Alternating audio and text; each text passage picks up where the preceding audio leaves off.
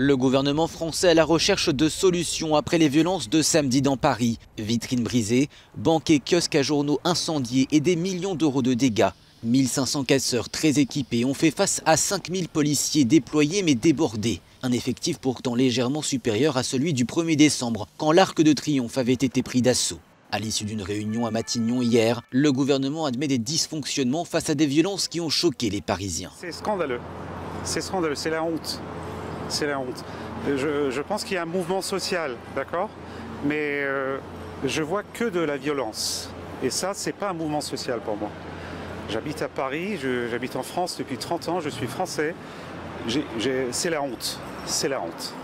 Le Premier ministre Édouard Philippe doit faire ce matin des propositions au président français Emmanuel Macron pour durcir ce dispositif et ainsi éviter de nouvelles scènes de chaos.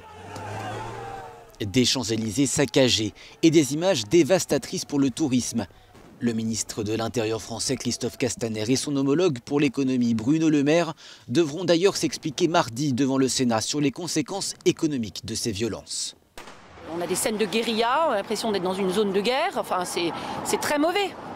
C'est très mauvais alors que c'était cantonné quand même à une zone, finalement, c'était le symbole, hein, les Champs-Élysées. Des images de violence au Fouquet's, un bar chic de la capitale qui tranchait avec celle d'Emmanuel Macron qui passait son week-end au ski à la montagne. Un président qui s'est décidé à rentrer samedi soir en promettant des décisions fortes. Et sur les Champs-Élysées, ce qui s'est passé, ça ne s'appelle plus une manifestation.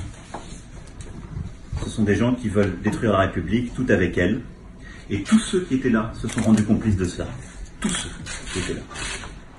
Toutes ces images vont-elles faire basculer l'opinion? Avant les événements de samedi, le mouvement restait soutenu par près de la moitié des Français. Après plusieurs semaines de grands débats, de nombreuses idées ont émergé partout sur le territoire. Et les conclusions du gouvernement sont attendues au tournant. 7 Français sur 10 pensent malgré tout que ce grand débat ne permettra pas de sortir de la crise.